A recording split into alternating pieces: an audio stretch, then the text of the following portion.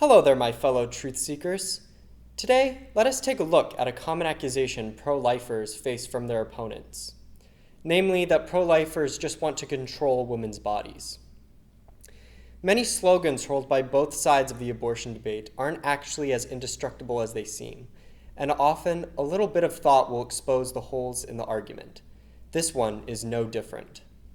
Unfortunately, many pro-lifers panic when accused of wanting to control women's bodies, and they reply by throwing back another fiery slogan that doesn't really answer their opponent's accusation.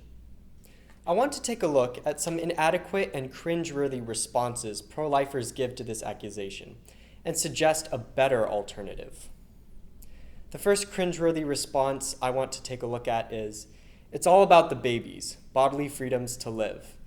It is not about the women's bodily freedoms." This response refuses to give a straight answer to the issue of control and doesn't answer the objection. In fact, this response hardly works in any context, because the woman's body is definitely involved in the issue of abortion. Her body itself is giving nutrients and a home to the child, and the woman will suffer through intense pain to give birth to the baby. Pregnancy is super difficult, and pro-lifers need to be the first to acknowledge this.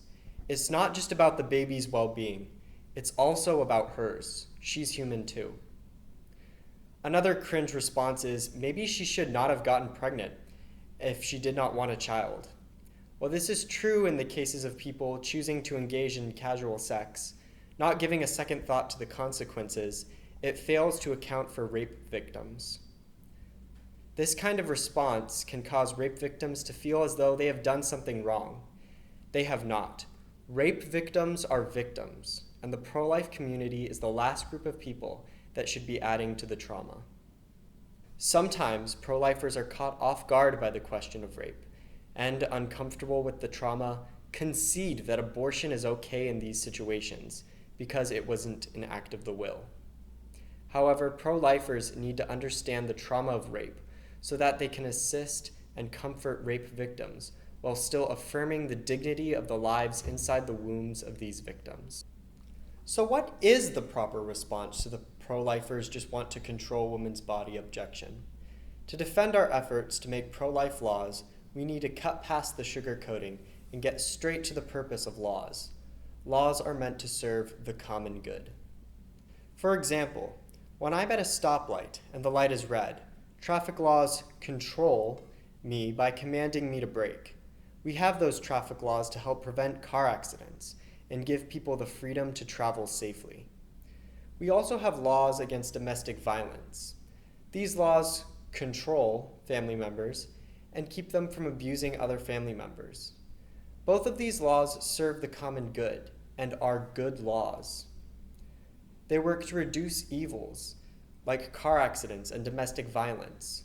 Car accidents and domestic violence still happen, but traffic laws and laws punishing domestic violence help to reduce the cases. However, laws are not always good, and sometimes they do control people in a dehumanizing way. An easy example of an evil law would be segregation laws, which were deliberate attacks on the dignity of Black people. All sorts of immoral controls were imposed upon Black people, from forcing them to the back of the bus to keeping them from schools for white children. These laws did not serve the common good of society, and thank God they were abolished. While we do have good and bad laws, depending on how they serve the common good, both types impose some control on people. By itself, the only thing the controlling women's bodies accusation does is affirm that pro-life laws are, well, laws. Well, what do you know?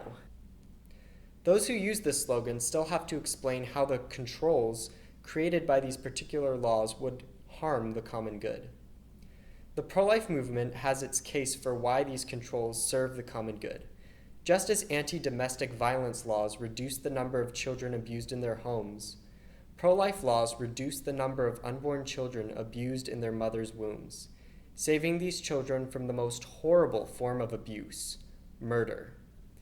This, in my opinion, is worth the controls.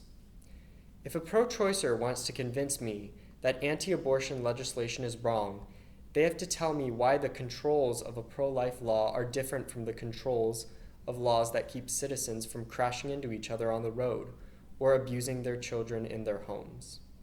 They also have to tell me how abortion serves the common good of society. Many of them do attempt this next step, and we can analyze their attempts in future videos. So dear pro-choicers, please skip over this slogan and cut straight to the heart of the issue. Your side has more compelling arguments than the accusation I discussed in this video. In our conversations, let's start with those so we pro-lifers can have more fruitful discussions with you. I ask both sides of the abortion debate to take this as an invitation to stop, to think about their slogans critically, instead of just regurgitating them out of habit, so that we can help each other come to the truth on this critical issue. But for now, I hope you all have a great day or a great night. I'm your lifeguard, John Paul Helms, signing off.